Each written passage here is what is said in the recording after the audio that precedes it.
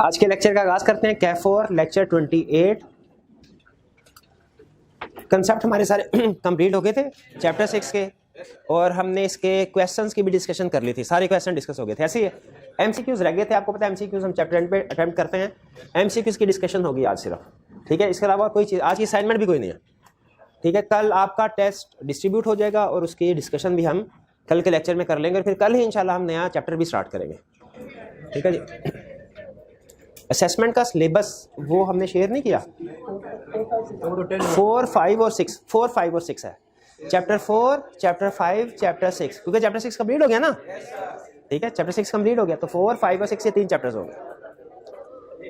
चलिए स्टार्ट करते हैं अब हम एमसीक्यूज। आप लोगों ने उम्मीद है अटेम्प्ट किए होंगे। जिन एमसीक्यूज में प्रॉब्लम आई हो वो आप पूछ लीजिएगा, वन बाय वन डिस्कशन करते हैं। सबसे पहले सेलेक्ट द मोस्ट अप्रोप्रिएट। ये आपको पता ही है मोस्ट अप्रोप्रिएट का मतलब क्या होता है। डायरेक्ट क्वेश्चन से स्टार्ट करते हैं। Contract is said to be perform when. Contract उस वक्त परफॉर्म होता है कब? When one party fulfil his promise. कब? Both promisors perform their respective promises. Yes, बिल्कुल। Law dispense with performance. Dispense with का मतलब है कि लॉ कह दे कि आपने इसको परफॉर्म नहीं करना। जैसे समटाइम किसी कॉन्ट्रैक्ट के ऊपर लॉ पाबंदी लगा, इलीगल कर देता है, बैन कर देता है किसी को, ठीक है, तो उसको भी हम परफॉर्मेंस ऑफ कॉन्ट्रैक्ट नहीं कहते। और one of the promisor makes attempted performance, नहीं, इसमें भी कॉन्ट्रैक्ट परफॉर्म। अच्छा, एक टर्म ज़हन में रखिएगा, एक टर्म होती है discharge of contract. Discharge of contract का मतलब है कॉन्ट्रैक्ट खत्म हो गया, कॉन्ट्रैक्ट खत्म हो गया। इसके डिफरेंट मोड्स हैं, ठीक है, इसके डिफरेंट मोड्स हैं। नेक्स्ट चैप्टर में हम स्टडी करेंगे। एक है अगर कॉन्ट्रैक्ट परफॉर्म हो जाए, ये है good and. Discharge of contract का मतलब एंड ऑफ द कॉन्ट्रैक्ट। एक एंड है गुड एंड। गुड एंड क्या होता है? कॉन्ट्रैक्ट परफॉर्म हो जाए। एक होता है बैड एंड, वो क्या है? Not breach of the contract. और भी तरीके हैं कॉन्ट्रैक्ट डिस्चार्ज होने के, हर एक अल्लाह ने अलग-अलग नाम दिया हुआ है, ठीक है। लेकिन परफॉर्मेंस ऑफ द कॉन्ट्रैक्ट और है, ब्रीच ऑफ द कॉन्ट्रैक्ट और चीज है। और इसी तरह समटाइम ऐसा होता है कि लॉ कोई ऐसा अनाउंसमेंट कर देता है जिसकी वजह से अब वो कॉन्ट्रैक्ट परफॉर्म नहीं हो सकता। जैसे लॉ राइस का एग्रीमेंट हुआ था, लॉ ने कहा जी राइस की ट्रेड अब इलीगल आज से। क्या जो राइस के एग्रीमेंट पहले हुए परफॉर्म होंगे? कॉन्ट्रैक्ट डिस्चार्ज हो गया। लेकिन क्या इसे हम ये कहेंगे परफॉर्मेंस ऑफ द कॉन्ट्रैक्ट? क्या इसे ये कहेंगे ब्रीच ऑफ द कॉन्ट्रैक्ट? कि एक पार्टी नहीं, इसे ब्रीच ऑफ द, लेकिन कॉन्ट्रैक्ट तो स्टिल खत्म हो गया, तो इसे डिस्चार्ज ऑफ द कॉन्ट्रैक्ट तो कहेंगे, ठीक है। लेकिन परफॉर्मेंस का मोड नहीं है, ठीक है, ये परफॉर्मेंस नहीं है, ये ब्रीच ऑफ कॉन्ट्रैक्ट भी नहीं है। ये है लॉ ने, यूं कह लीजिए कि by law, discharge by law, ठीक है। और सम टाइम कुछ और भी मोड्स होते हैं। मैं ज्यादा बारीकी में नहीं जाना चाहता, आगे चैप्टर्स में स्टडी करेंगे। फिलहाल सिर्फ इतना ध्यान में रखिए कि discharge of the contract comprehensive term है, जिसका मतलब है कॉन्ट्रैक्ट खत्म हो जाना। इसके डिफरेंट तरीके या डिफरेंट मोड्स हैं, हर एक में अपना अपना इफेक्ट। जैसे परफॉर्मेंस है, ये तो सबसे अच्छी बात है, लेकिन अगर ब्रीच ऑफ कॉन्ट्रैक्ट, इसमें डैमेजेस, पार्टीज जो एग्रीड पार्टी है वो दूसरे से डैमेजेस क्लेम करती है। लेकिन अगर लॉ की वजह से कोई परफॉर्म ना हो, डिस्चार्ज हो, उसमें डैमेजेस भी नहीं मिलेंगे। तो मोड के लिहाज से उसकी आगे इंप्लीकेशन डिफरेंट हो सकते हैं। तो यहां पे कह रहा है परफॉर्म, तो परफॉर्म का मतलब है दोनों पार्टीज अपना काम कर लें। एक पार्टी ने प्रॉमिस फुलफिल किया, दूसरे ने नहीं किया, ये डिस्चार्ज है, सॉरी ये ब्रीच ऑफ कॉन्ट्रैक्ट है। ब्रीच ऑफ कॉन्ट्रैक्ट, इसको हम ये नहीं कहेंगे कॉन्ट्रैक्ट परफॉर्म हुआ। इसी तरह अगर लॉ उसको इलीगल करार दे दे, कॉन्ट्रैक्ट हालांकि खत्म हो गया, लेकिन क्या हम ये कहेंगे परफॉर्म हो गया? तो परफॉर्म तो हुआ ही नहीं, परफॉर्म तो हुआ तो खत्म हो गया। तो ये डिस्चार्ज तो है, परफॉर्मेंस नहीं है। तो उसमें करेक्ट ऑप्शन क्या हुई? बी। क्लियर? चलिए आगे चलते हैं। अच्छा, इसी तरह आगे चलते हुए हो सकता है कुछ एमसीक्यूज इजी हो, लेकिन अगर मुझे लगे कि कोई टर्म समझानी चाहिए मैं आपको समझा दूंगा, क्योंकि आगे शायद हमने किसी चैप्टर में उसको पढ़ना हो। फिलहाल सिर्फ इतना नोट कर लीजिएगा, discharge of contract comprehensive term है, इसके डिफरेंट मोड्स होते हैं। आगे चलते हैं। Next, second, valid tender required. Tender का मतलब तो आपको पता ही है कि जब हम ऑफर करते हैं as per the contract term कि सर जो हमने आपको प्रॉमिस वादा किया था वो पूरा करने के लिए आ गया।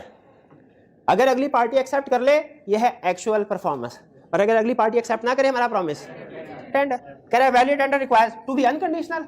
हाँ, अनकंडीशनल होना चाहिए। फौरी इसको सिलेक्ट कर लें।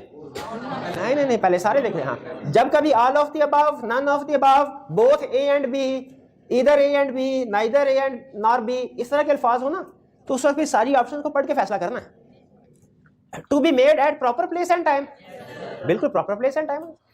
और प्रॉपर प्लेस एंड टाइम से क्या मुराद है? जो कॉन्ट्रैक्ट में स्पेसिफाइड है, और अगर स्पेसिफाइड नहीं है रीजनेबल होनी चाहिए। ठीक,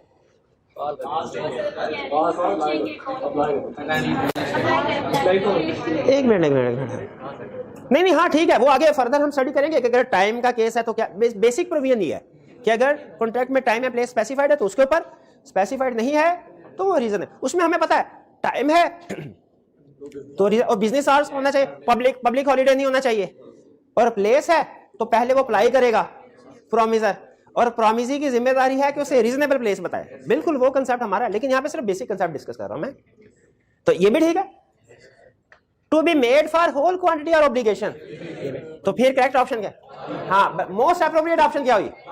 करेक्ट तो तीनों ही हैं, करेक्ट। मोस्ट अप्रोप्रिएट क्या हुई? All of the above. Clear, इसमें कोई इशू? चलिए जी आगे करें। ये लंबा चौड़ा क्वेश्चन आ गया जी।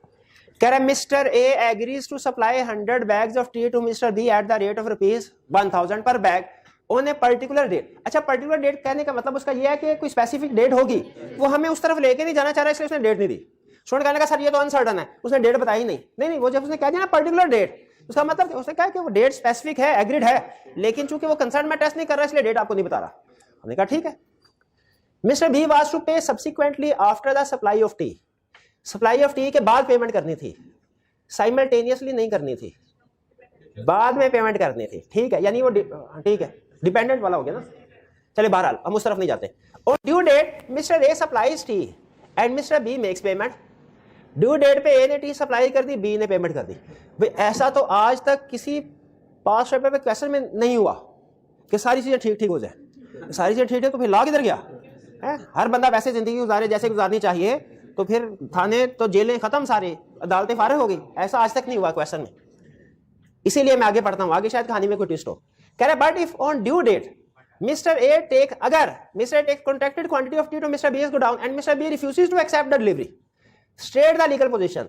लेकिन कह रहा है ऐसा तो हो गया, अच्छा, लेकिन अगर ऐसा होता कि वो डिलीवरी लेके जाता है, एक्सेप्ट ना करता दूसरी पार्टी, तो लीगल पोजीशन क्या होती? तो लीगल पोजीशन ये होती कि जो प्रॉमिसर है उसके लिए एग्रीमेंट ये वाइडेबल हो गया, वो उसको रिसीड कर सकता है और डैमेजेस क्लेम कर सकता है। ऐसा ही है। उसने कहा first case is attempted performance and second case is voidable contract. Second तो वाइडेबल है, लेकिन फर्स्ट किसको कह रहा है? अच्छा, जो पहले यहां तक हो गया था, यहां उसको फर्स्ट कह रहा है, उसके बाद वाले को सेकंड कह रहा है। ठीक है, फर्स्ट केस इज अटेम्प्टेड, नहीं, फर्स्ट तो एक्चुअल है, ये गलत। B, first case is voidable contract and second is attempted performance. Second ठीक कह रहा है और फर्स्ट पहले वाला गलत कह रहा है। वो तो वैलिड हो गया ना, वो तो परफॉर्मेंस हो गई, वो तो हो गया कॉन्ट्रैक्ट डिस्चार्ज थ्रू परफॉर्मेंस, वो तो हैप्पी एंडिंग हो गई, वो वाइडेबल थोड़ी है, वो तो वैलिड है। ये भी गलत option. C, first case is actual performance and second is attempted performance, ये ठीक है। लेकिन सीखने के लिए फोर्थ डी भी डिस्कस करते हैं। फर्स्ट केस इज अटेम्प्टेड, नहीं भाई, पहली बारी तो actual, and second is actual, नहीं सेकंड उलट कर दिया। तो करेक्ट ऑप्शन क्या हुई हमारी? कोई प्रॉब्लम? आगे चलें। Which one of the following is not a joint promise? Several joint promisors with a single promisee. एक मिनट है, एक मैंने आपको लॉ में कुछ टर्म्स बताई हुई हैं जिनके डिफरेंट मीनिंग्स होते हैं।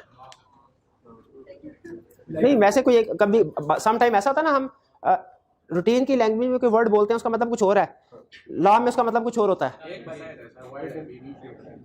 वाइड ऐप में नहीं होता है। चलें अब नहीं, हाँ वो सी लॉ में ठीक है, इधर नहीं। लेकिन सम टाइम ऐसा होता है कि हम कोई वर्ड बोलते हैं उसके डिफरेंट मीनिंग होते हैं, उसके एक से ज्यादा मीनिंग होते हैं ना। हाँ, इंग्लिश में आपको सिखाए जाते हैं। अब मेरा वो टॉपिक तो नहीं है, लेकिन चूंकि उसका एक मतलब लॉ का भी है इसलिए मैं एक्सप्लेन कर रहा हूं।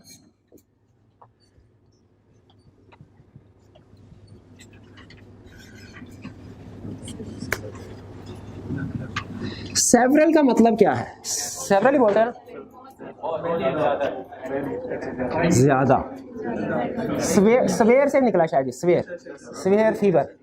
हाँ, इसका मतलब, हाँ एक शदीद, हाँ एक इसका मतलब है मैनी, एक इसका मतलब है क्या बोला भाई ने? शदीद यानी बहुत ज्यादा, स्वेयर फीवर। मैनी और मैनी होता है सेवरल का, नहीं सेवरल का मतलब हाँ शदीद, अगर क्वांटिफाई करें तो उसको मैनी है यहाँ पे जो टर्म यूज हुई है सेवरल जॉइंट प्रोमिजर, इसे क्या मुराद है? मैनी हाँ कई, ये इस कंटेक्स्ट में यूज हुआ है, लेकिन सम टाइम इसका मतलब शदीद भी होता है, बहुत ज्यादा। जैसे सेवरल लाइबिलिटी, मिस्टर ए की लाइबिलिटी सेवरल है, इसका मतलब क्या है? शदीद। वो सारे पैसे अदा करने का पाबंद है, चाहे जितने मर्जी हो, चाहे इसके लिए उसे अपना घर बेचना पड़े, सारे पैसे अदा करने के लिए लायबल है। क्यों? लाइबिलिटी सेवरल है। सेवरल का मतलब समझ, सेवरल का मतलब मैनी, सेवरल का मतलब शदीद। ये कंटेक्स्ट आपको बताएगा कि वो किस मीनिंग में यूज हो रहा है। जैसे इसके कंटेक्स्ट ने हमें बता दिया सेवरल, यहाँ पे शदीद वाली नहीं, वेरी वाली नहीं, मैनी वाली कंटेक्स्ट में। लेकिन अगर किसी जगह कहे joint liability of joint promisor is several, तो हाँ बिल्कुल वो सारे के सारी अमाउंट पे करने के लिए पाबंद होगा। सारी, हमने पढ़ा था, दो प्रोमिसर मिलके कहते हैं हम तुमको 1 लाख रुपया अदा करेंगे, तो वो बैंक किसी एक प्रोमिसर को पकड़ के पूरे पैसे निकलवा सकता है, तो उसकी लाइबिलिटी क्या हुई? सेवरल। यहां पे सेवरल का मतलब क्या है? तो ये नोट कर लें। फिर है एक जॉइंट प्रोमिसर, इसमें भी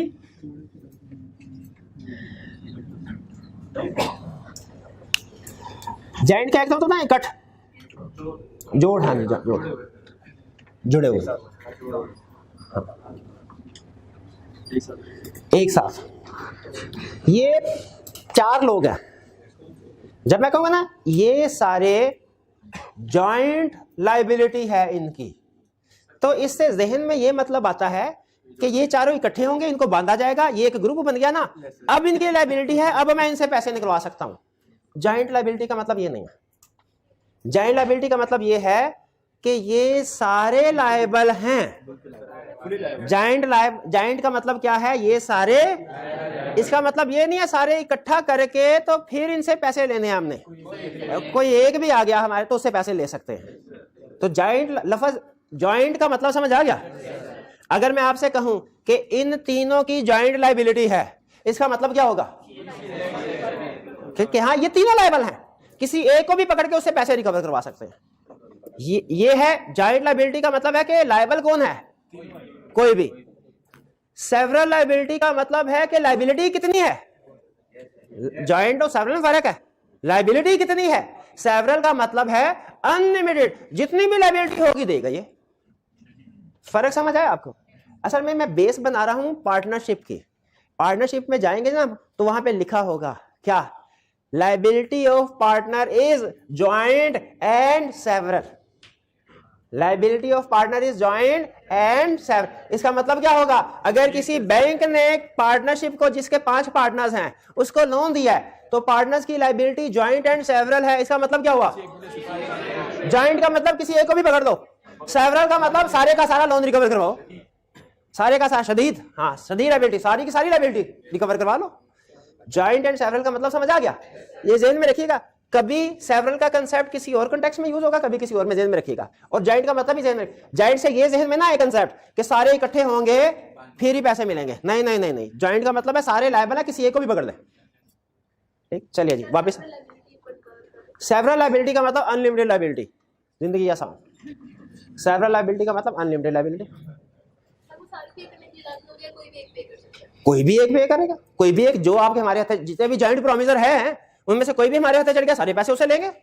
अनलिमिटेड का मतलब यही है ना, जिसकी नो लिमिट हो।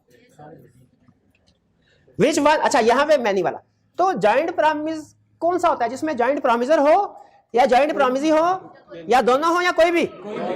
तो बताइए several joint promisor with single promisee, joint promise है कि नहीं? लेकिन हमने कौन सा ढूंढना है? नहीं है। फिर single promisor with several joint promisee, ये भी जॉइंट प्रोमिस है। Several joint promisor with several joint promises, single promisor with, ये जॉइंट प्रोमिस नहीं है। क्लियर? D option correct. आगे चलते हैं। Fifth, Mr. X borrowed sum of rupees 100,000 from Mr. Y for 2 years. After 1 year, Mr. X dies, and Mr. Z, who is legal representative, X का inherits property of rupees 60,000. उसको जायदाद में से हिस्सा मिला. अच्छा मुझे बताइए, ये जब लीगल रिप्रेजेंटेटिव को ट्रांसफर होते हैं, सिर्फ राइट्स ट्रांसफर होते हैं कि लायबिलिटीज भी? लेकिन राइट्स इतने, लायबिलिटीज इतनी हो सकती हैं, मैक्सिमम इतने राइट्स और लायबिलिटी. बिल्कुल कह रहे 60,000 की प्रॉपर्टी मिली उसको, ठीक है. On due date of repayment mister Y will call upon mister Z to repay. कह रहे रीपे करो, but the capacity of mister Z is limited up to value of rupees 60,000. लेकिन मिस्टर जेड जो उसके पास सिर्फ 60,000 है, legal Z is liable to pay only 100,000. तो पे नहीं करेगा, उसको मिला ही नहीं है, अपने पल्ले से थोड़ी देगा. Mister Z is liable to pay only rupees 40,000. नहीं, लायबल 160,000. 160 तो बनता ही नहीं ना किसी भी तरीके से. हाँ जी, गलती से उसने 160 नहीं, उसने ऑप्शन पूरी कर. करेक्ट ऑप्शन क्या है? ए. क्लियर? चलें जी आगे करें. 6, for the performance of joint promise all joint promisers are jointly liable. नहीं, jointly promiser jointly liable नहीं होता. क्या हम किसी भी promiser को पकड़ के उसे कह नहीं सकते तो joint liability हुई? सही है, बात सही है. क्यों सही क्यों नहीं है? एक मिनट. हाँ जॉइंटली तो नहीं, अलग-अलग होकर उनसे कर सकते हैं ना. मैंने समझाया था जॉइंट का मतलब क्या है. जॉइंट का मतलब यह है कि सारे लायबल हैं. इसका मतलब क्या, किसी एक को भी पकड़ सकते हैं हम. बताया था जॉइंट से पहला लफ्ज जहन में ये आता है कि सारे इकट्ठे होंगे, बांध के इनसे पैसे निकलवाएंगे. जॉइंट का ये मतलब नहीं है अकेला बंदा भी आए. हाँ तो ये बात ठीक है, जॉइंटली लायबल ठीक है, किसी एक बंदे से भी रिकवरी करवाई जा सकती. All of them are severally liable, ये भी ठीक है. All joint promisor are individually liable. ये अच्छा, इंडिविजुअली और जॉइंटली इसका मतलब एक ही निकलता है. अल्फाज फर्क है, अल्फाज फर्क है, लेकिन इसका मतलब एक ही निकलता है. अब आप कहें सर जॉइंटली और इंडिविजुअली तो इंग्लिश में तो एक दूसरे का अपोजिट होते हैं, ठीक है, लेकिन लॉ में यहाँ पे जॉइंटली लायबल का मतलब यही है, किसी एक से भी निकलवा सकते हैं. तो ये भी ठीक है. तो D are joint promisor are jointly and severally liable, ये सबसे ज्यादा ठीक है, मोस्ट एप्रोप्रिएट. D option. आपने तो कहा इंडिविजुअली भी रहेगा. हाँ उसको अकेले को भी पकड़ सकते हैं, पैसे दे दो हमें. हाँ जॉइंटली का मतलब भी यही है. बिल्कुल डी. हाँ सारे ठीक है, लेकिन डी मोस्ट, क्योंकि इसमें जॉइंटली का कंसेप्ट भी आ गया, सेवरली भी आ गया. ऊपर वाली ऑप्शन में या तो जॉइंटली का कंसेप्ट था या सेवरली का था, दोनों इकट्ठे नहीं थे. और एग्जैक्टली यही लाइन आपको पार्टनरशिप वाले टॉपिक में आएगी और बार बार केस स्टडी में टेस्ट होगी कि liability of all partners is joint and several, या ऑल पार्टनर्स, वहां पे जॉइंट प्रॉमिसर की बजाय लफ्ज आ जाएगा partners, are jointly and severally liable. D clear. 7, contract should be performed by promisor, yes, by his legal representative, by agent of the promisor, any of the above. अच्छा यहां पे हमारी डिस्कशन उस तरफ लेके नहीं गया. हाँ लेकिन कुछ केसेस ऐसे हैं जिनमें लीगल रिप्रेजेंटेटिव और एजेंट परफॉर्म नहीं कर सकते. कौन से केसेस हैं? ऑल पर्सनल नेचर आर्टवर्क और contrary intention appears from contract. Contrary intention appears from contract का मतलब क्या है? कॉन्ट्रैक्ट में क्लियरली लिखा हो कि भाई प्रॉमिसर ही करेगा और कोई बंदा नहीं परफॉर्म करेगा. आगे चलते हैं. 8 आगे. Mr. A and Mr. B have borrowed from sum of rupees 10,000 from joint promiser, single promisee, क्योंकि अब इन्होंने वादा किया होगा कि हम तुम्हें C को 10,000 रुपए दे देंगे. On due date both parties that is Mr. A and B are jointly liable to pay, यानी दोनों लायबल हैं. दोनों लायबल का मतलब दोनों इकट्ठे होंगे तो लायबल है. दोनों लायबल का मतलब है दोनों में से कोई भी हमारे पास आ गया liable. If before the payment Mr. A dies, who will be liable to pay? Mr A के legal representative along with mister B. क्या मिस्टर बी इज लायबल? नहीं भाई, A liable, Mr B liable to pay 15,000. नहीं 15 कहां से आ गया? तो वैसे उसने ऑप्शन बनाई. The legal representative mister A along with mister B is liable to pay. Yes legal, नहीं सिर्फ लीगल रिप्रेजेंटेटिव नहीं, ना तो सिर्फ लीगल रिप्रेजेंटेटिव लायबल है, ना सिर्फ मिस्टर बी लायबल है. C correct. Yes, 9, contractual liability involving personal skill can be assigned, assignment कहते हैं ट्रांसफर को, असाइनमेंट कहते हैं ट्रांसफर, असाइन करना मतलब ट्रांसफर करना। Involving personal skill can be assigned, can not be assigned, ये ठीक, ये उसमें वैसे option must be assigned, should be assigned नहीं, कैन नॉट बी असाइंड। और अगर contractual liability not involving personal skill होता वो कैन बी असाइंड, वो कैन बी, लेकिन ये जो है ये कैन बी ऑप्शन करेक्ट होगी। 10 when the time is an essence of a contract,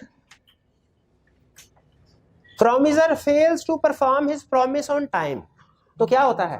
अच्छा, अच्छी प्रैक्टिस ये है कि आप ऑप्शंस को पढ़ने से पहले अगर सिचुएशन से अंदाजा लग रहा हो ना तो आप अपने जहन में कंसल्ट रिवाइज कर लें।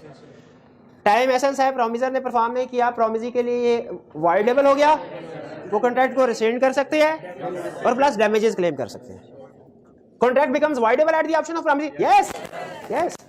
Contract becomes void, no. Contract becomes unenforceable, no. Promisor must pay compensation to the promisee, ये प्रॉमिसी होना चाहिए, प्रॉमिसी, हाँ डबल ही होना चाहिए। प्रॉमिसर फेल्स टू परफॉर्म तो कॉन्ट्रैक्ट बिकम्स वाइड, ठीक है, तो ये भी तो ठीक।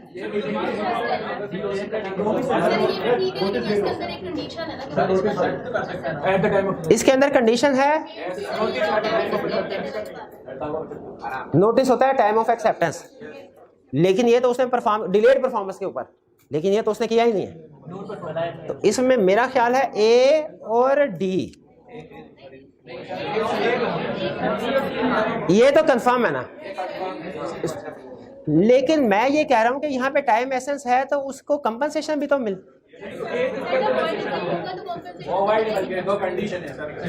अच्छा आप ये अज्यूम कर रहे हैं कि इसके अंदर ही वो कवर हो रहा है, मुझे शक है। बहरहाल ए तो करेक्ट है ही है, इसमें तो कोई, मेरे ख्याल में डी भी करेक्ट है, इसको नोट कर लीजिए, इसको देखेंगे फिर। मेरे ख्याल में ए और डी, लेकिन बहरहाल एग्जाम में अगर हो तो हम ये ऑप्शन सेलेक्ट कर लेंगे क्योंकि ये ज्यादा बेहतर, मोस्ट एप्रोप्रिएट, ठीक है ठीक। 11 which one is not a reciprocal promise, reciprocal promise के तीन है, mutual and separate promises, mutual and independent होता है, म्यूचुअल एंड डिपेंडेंट भी होता है, म्यूचुअल एंड कंकरेंट भी है, तो करेक्ट ऑप्शन क्या है? ए, ये रेसिप्रोकल प्रॉमिस नहीं होता। आगे चले ऊपर थोड़ा सा, payment received by the creditor must be appropriated for discharging debt which has been borrowed at last, नहीं according to instructions given by the debtor के इंस्ट्रक्शंस के मुताबिक हो, in a logical sequence of the debt, नहीं ये logical sequence तो पढ़ा ही नहीं हमने।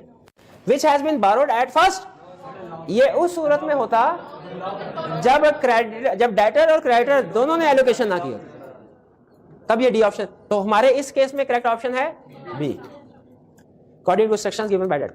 13 Mr. X promises to sell standing timber to Mr. Y as per the terms of contract. Mr. X will cut and cord the timber. Timber को लकड़ी शकड़ी है जिसके लिए वो एग्रीमेंट कर रहा है कि मैं आपको लकड़ी प्रोवाइड करूंगा, आप उसका मुझे फर्नीचर बना के दोगे। Whereupon Mr. Y will take it away and pay for it. वो उसे खरीदेगा, उसको पेमेंट कर देगा। Mr. X cords only a part of timber and neglects to cord the rest. For example अगर एग्री हुआ था कि वो हमें 100 मन जो है वो प्रोवाइड करेगा गुड्स को, जो भी गुड है, तो उसने 20 के बाद कहा मैं मजीद सप्लाई नहीं कर रहा। Mister Y wants to initiate legal proceedings, just him the legal action. क्या लीगल एक्शन हो सकता है भला? कॉन्ट्रैक्ट वाइडेबल है क्योंकि उसने परफॉर्म नहीं किया, कंपनसेशन भी क्लेम कर सकता है। ये मिलता जुलता है ना वो सिंगर वाले से, उसने 4 मंथ्स का कहा था या जितने भी, तो 2 मंथ्स के बाद उसने छोड़ दिया था, तो हमने कहा था थिएटर के मालिक के पास क्या ऑप्शन है? वाइडेबल प्लस कंपनसेशन क्लेम कर सकते हैं। Mister Y may void contract, yes. Mister Y may claim compensation from X, ये भी यस है। Mister Y does not have any legal remedy, है ना। Mister Y may avoid the contract and claim compensation, इसमें देखिए उसने दोनों कर दे, इसलिए मैं ऊपर भी कह रहा था दोनों होनी चाहिए, वो जो केस था। तो डी ऑप्शन हमारी करेक्ट होगी। कॉन्ट्रैक्ट वाइड भी, वाइडेबल भी है, कंपनसेशन भी ले सकता है। क्लियर? आगे चले, अब नहीं आगे चले, आगे 14 मिस्टर करम। अच्छा इसमें 2 नाम है, मिस्टर करम है और करीम है। जब मैं पहली दफा पढ़ रहा था तो कंफ्यूज हो गया था, आपने दोनों में फर्क ध्यान में रखना है। मिस्टर करम ओव सेवरल डेट्स टू मिस्टर करीम, यानी किसने किसको पैसे देने हैं? मिस्टर करम ने करीम को पैसे, which are of distinct amount and payable on different dates. One of the dates has become time barred which Mr. Kareem cannot legally recover from Mr. Karam. On a particular date, Mr. Karam makes a payment but does not give any instructions. गलती कर दे, instruction नहीं दी. State the legal position with regard to the appropriation of payment. कैसे appropriation होगी? करीम चाहे तो जैसे मर्जी कर ले, टाइम बार्ड की भी रिकवरी कर सकता है। Mr. Kareem has no right to apply this payment for time barred debt. गलत है, राइट उसका कर सकता है। Mr. Karam instruction has to be followed. Instruction दी नहीं तो फॉलो कैसे करे? खुद फोन करके पूछ ले, नहीं नहीं ला ये नहीं कहता। Mr Karim has to obtain courts advice. Mr Karim has a right to apply this payment for time barred. D option correct है।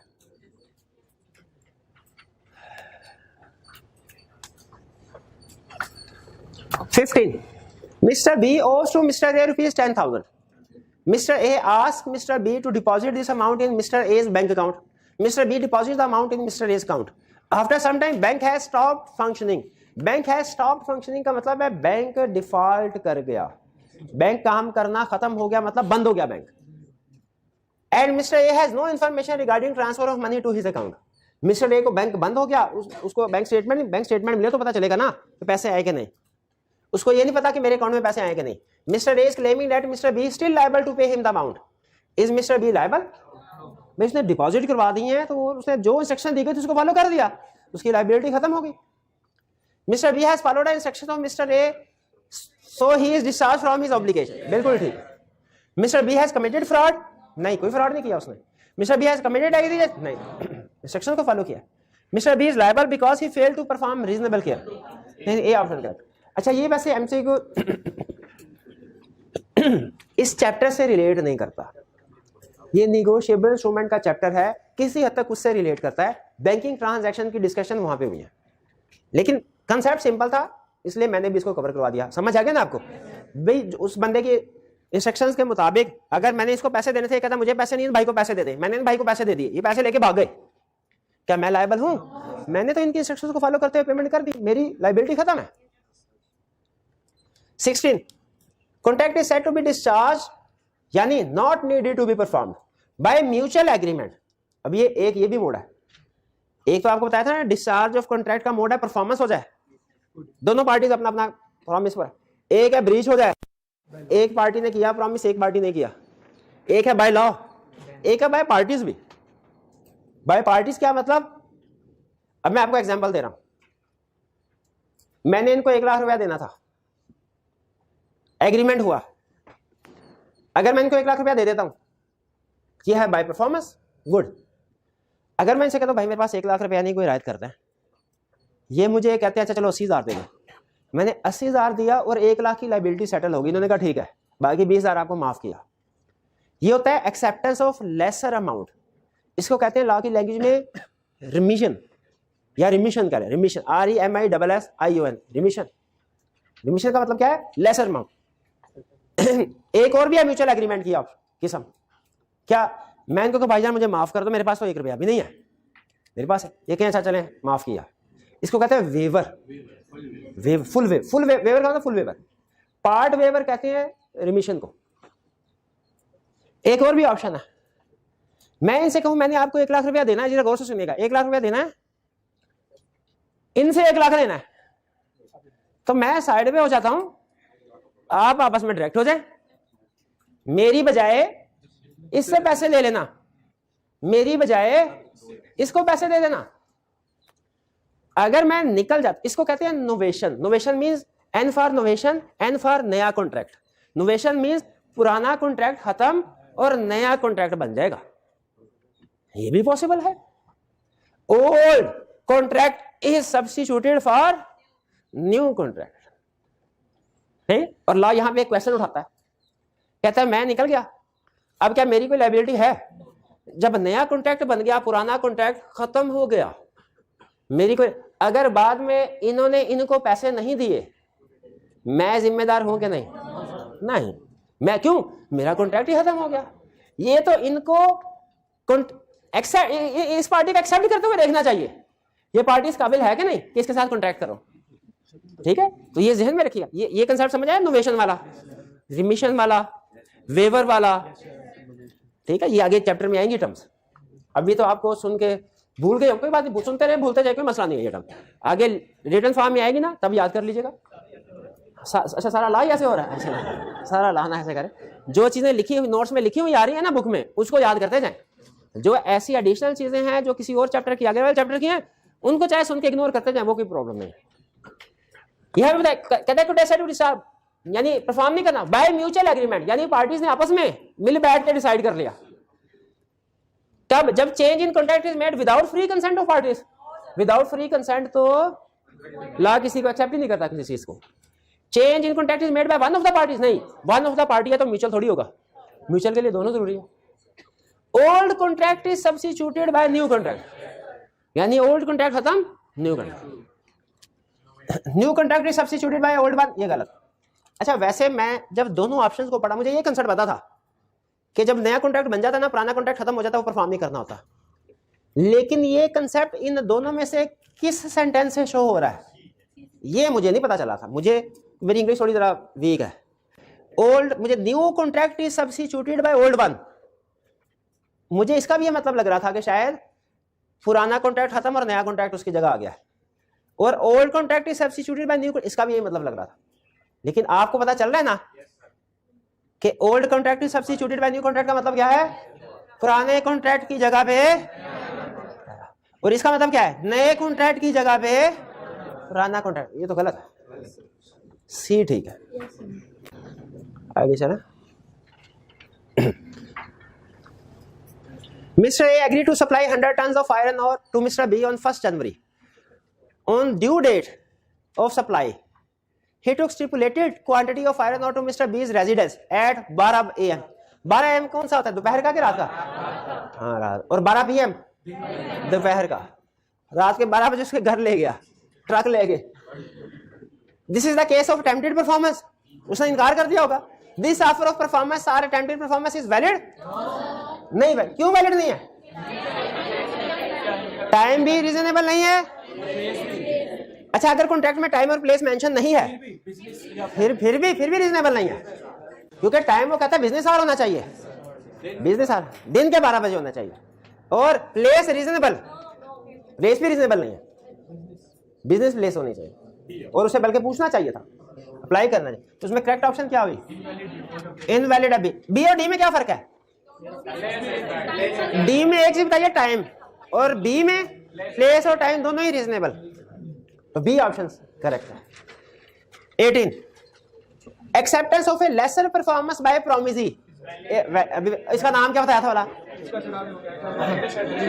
रिमिशन। शाबाश, बिल्कुल ठीक है, ये वैलिड है, वैलिड है, सी ऑप्शन करेक्ट।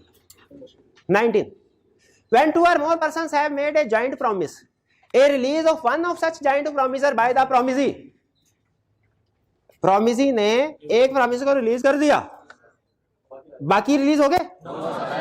क्या ये वाला रिलीज्ड प्रोमिसर बाकी प्रोमिसर को लायबल है? Yes. Does not discharge the other joint promisor, सही क्या गलत? सही क्या गलत? एक जॉइंट प्रोमिसर को रिलीज किया, बाकी रिलीज नहीं होते।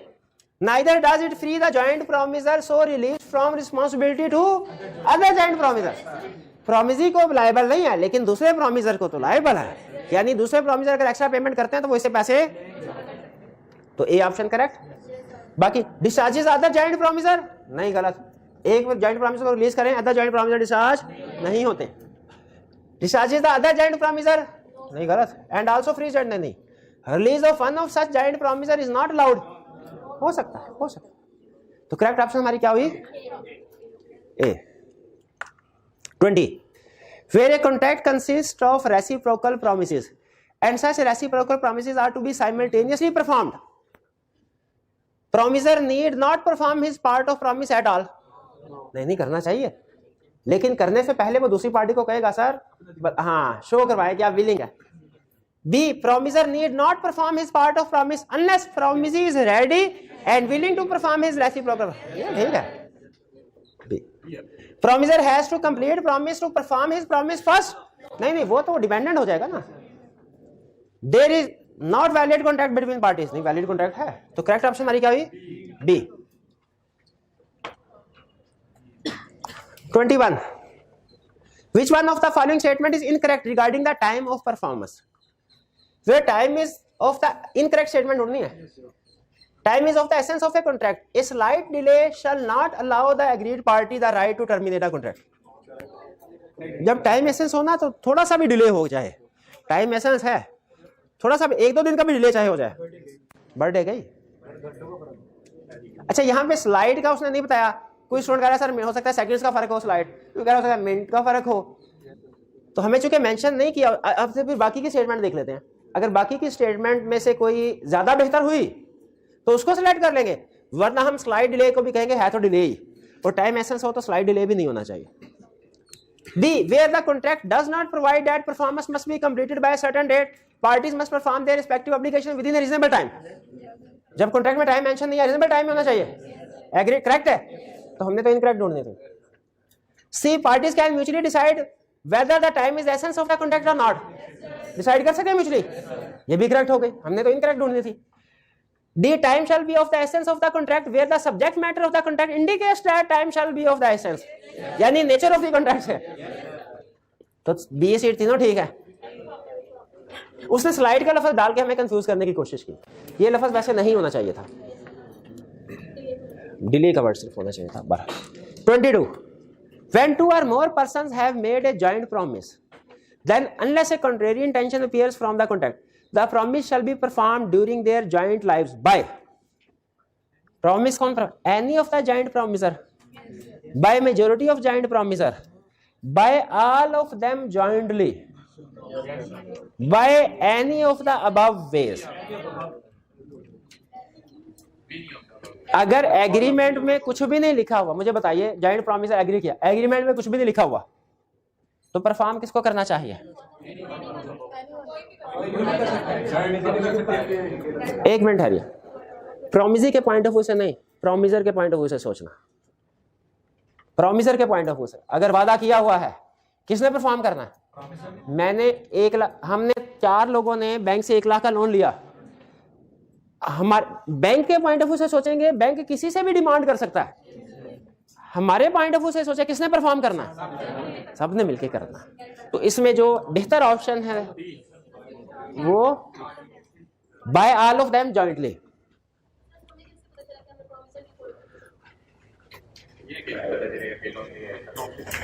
ये कैसे पता चला? हमने प्रॉमिसर के, इसमें वैसे क्लियर होना चाहिए था कि कौन डिमांड कर, किससे डिमांड किया जा सकता है। हाँ जी, प्रॉमिसी के पॉइंट ऑफ व्यू से बिल्कुल, हम उस पॉइंट ऑफ व्यू से any one of the joint promiser correct option है, ठीक है। अगर प्रॉमिसी के पॉइंट ऑफ व्यू से देखें तो ए ऑप्शन है, और अगर प्रॉमिसर के पॉइंट ऑफ व्यू से देखें तो सी है। इस तरह के क्वेश्चन में थोड़ी एग्जाम में वो नॉर्मली क्लियर करता है, इस क्वेश्चन में भी उसे क्लियर करना चाहिए था, ये बात उसने क्लियर नहीं की, इस क्वेश्चन की स्टेटमेंट क्लियर नहीं है। क्लियर नहीं कर सकते आप इसमें। देखिए सम टाइम कोई क्वेश्चन जो है उसमें भी प्रॉब्लम हो सकती है, तो यहाँ पे मेरा ये ख्याल है कि इस तरह का क्वेश्चन अगर आए, मैं अगर एग्जामिनर हूं तो ए ऑप्शन को भी सिलेक्ट कर लूं और सी, दोनों को ठीक कर दूं, ठीक है जी। मेजोरिटी वाला तो है नहीं आता ना, अगर मेंशन नहीं किया हुआ, ठीक है। यहाँ तो एक होगा, यहाँ ऑल होंगे, ठीक है जी। आगे चले 23।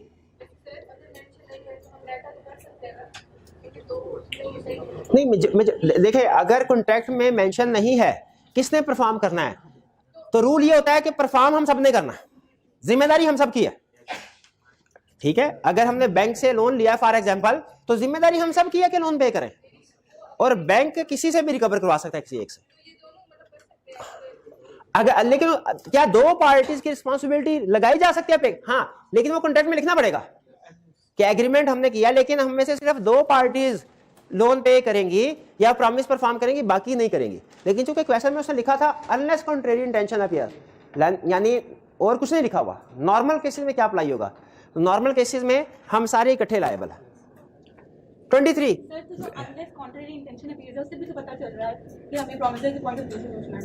हाँ, क्योंकि कॉन्ट्रैक्ट में लिखा हुआ है तो उसमें प्रॉमिसर के पॉइंट ऑफ व्यू से, लेकिन बहरहाल क्वेश्चन में फिर भी एम्बिग्यूटी है, ज्यादा इसको पढ़ के अंदाजा हमारा प्रोमिसर की तरफ ही जा रहा है, ठीक है, लेकिन उनका पॉइंट भी वैलिड है कि वो प्रोमिसी की सेंस भी निकल रही है। 23 where time for performance is specified in a contract, the performance has to perform without application by promisee. The promiser shall perform after specified time in the contract as per his own choice. Either of the promiser should wait for the application by the promisee and need not perform before that date. एक minute, अगर time mention है तो promisor ने उस time के ऊपर, time place है ना, तो टाइम प्रोमिसर ने तो उसी टाइम पे परफॉर्म करना है, एप्लीकेशन जरूरी नहीं है। ये ठीक है, पूछना जरूरी नहीं है। अगर प्लेस मेंशन ना होती फिर पूछना होता है। टाइम मेंशन नहीं है तो एप्लीकेशन नहीं करने, अप्लाई नहीं करना, पूछना नहीं है, रीजनेबल टाइम पे उसको परफॉर्म करना है। प्लेस मेंशन ना हो फिर एप्लीकेशन करनी होती है। तो यहां पे promisor has to perform without application by promisor. A option correct है। 24 in a contract where time is not specified for performance, the promisor can perform the नहीं जी, ए कैसे कर, टाइम मेंशन नहीं है, सॉरी टाइम मेंशन है ना, तो क्या ये पूछेगा किस टाइम पे मैं, यही option promisor has to perform without application by the promisor, क्योंकि वो कहेगा भाई मेंशन तो कर दिया, पूछ क्यों रहे हो। एप्लीकेशन तो तब आ जाएगी ना, तब करेंगे जब कोई चीज कॉन्ट्रैक्ट में मेंशन नहीं है। अगर कोई चीज कॉन्ट्रैक्ट में मेंशन हो गई है उसका एप्लीकेशन थोड़ी कर, उसके लिए तो अप्लाई नहीं करना। 20 in a contract where time is not, इसमें टाइम नॉट स्पेसिफाइड आ गया, ठीक है। वो मेरे दिन में ये चल रहा था जब मैंने कहा था प्लेस के केस में हम अप्लाई करते हैं, टाइम के केस में the promisor can perform the contract any time, shortest possible time, within reasonable time, within the latest time. C option correct है। आगे भी है, आगे चले। 24 ये कल ना कर लें, हाँ, क्योंकि वो जुम्मे का टाइम है। अच्छा, इसी में मसला जो मैंने कल करवाया उसी 25 में तेरे कोई बात नहीं, इंशाल्लाह कल तक इंतजार कर लें। हाँ, जुम्मे का टाइम, मतलब वो डिले ना हो जाए। तो बाकी के 3 क्वेश्चन रह गए हमारे, कितने रह गए? कल इंशाल्लाह कल की क्लास में 3 डिस्कस करें। आज का लेक्चर यहाँ पे खत्म करते हैं। अल्लाह हाफिज।